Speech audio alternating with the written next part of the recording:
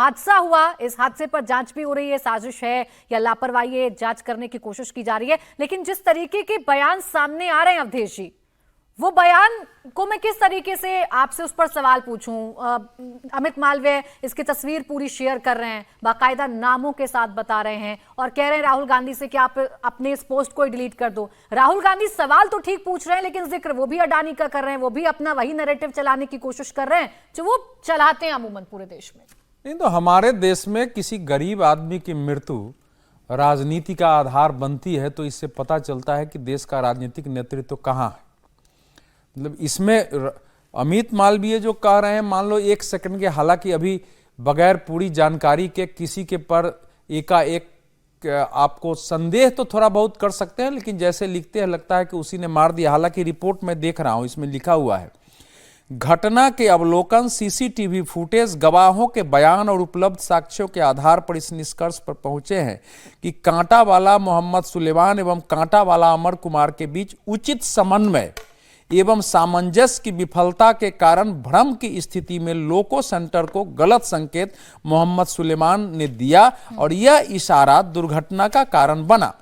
अब यह है कि इसको किस रूप में जो है, क्योंकि वो बता रहा है कि 8:28 में हाथ से इशारा करने के लिए, आगे बढ़ने के लिए कहा, फिर कह रहा है 1 मिनट में पीछे कटो। सुनिए ना, सुलेमान 8:29 में तेजी, 8:27 से 8:29 के बीच सब कुछ हो गया है। 8:27 में बफर मांगा, हाथ से इशारा कर आगे बढ़ने को कहा। 8:28 में बोला पीछे हट जाओ, पीछे हो जाओ। 8:29 में वो तेजी से सुलेमान दौड़कर भागने लगता है और 8:29 में जब लोग देख रहे हैं तो काफी लोग उधर दौड़ रहे हैं, तब तक ये घटना जो है हो चुकी थी। तो अब ये जो 8:27 से 8:29 के बीच का जो समय है ना, ये इसमें घटना की ओर होता है।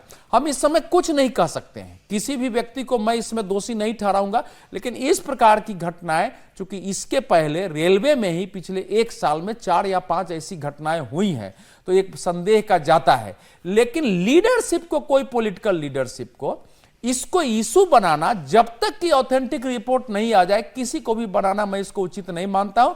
बाकी जिनका आपने नाम लिया उन पर मैं अलग से टिप्पणी नहीं करूंगा। राहुल जी की अपनी समस्या है। राहुल जी अपना रील बनाने के लिए रेलवे में जाते हैं, 10 गो 20 गो कैमरे होते हैं, उसके अनुसार से आती है, 5 रील बना देते हैं।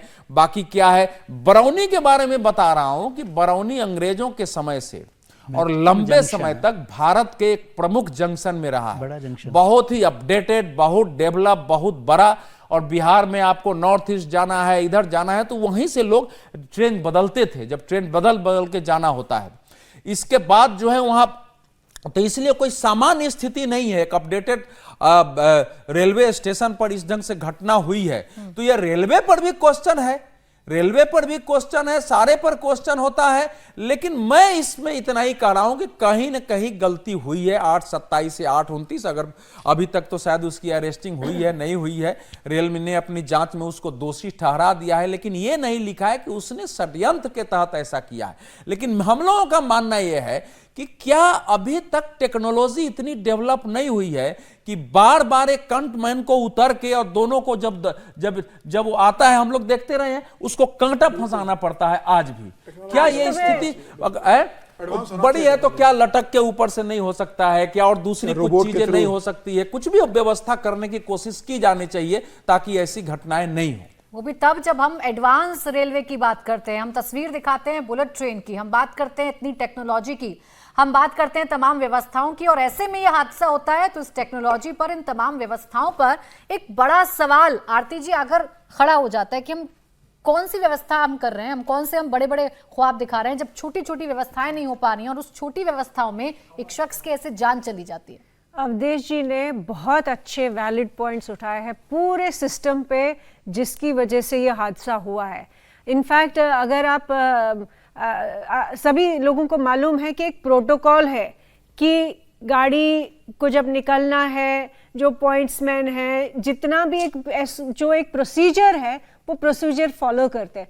अगर कोई व्यक्ति, अगर कोई कर्मचारी वो प्रोसीजर फॉलो नहीं कर रहा है, कि वो नहीं देख रहा है कि नीचे कोई काम तो नहीं कर रहा है, तो इसका मतलब है कि हमारे सिस्टम के अंदर, रेलवेज के अंदर, एक तो इनकॉम्पिटेंस है, अनअकाउंटेबिलिटी है। कोई पूछ ही नहीं रहा है कि अगर आप छोड़िए अभी, मतलब ये तो इतना हादसा, दर्दनाक हादसा हुआ है, और मुझे पूरी सहानुभूति उनकी उस परिवार के साथ जिनके साथ इतना जवान बेटा गंवाया है उन्होंने।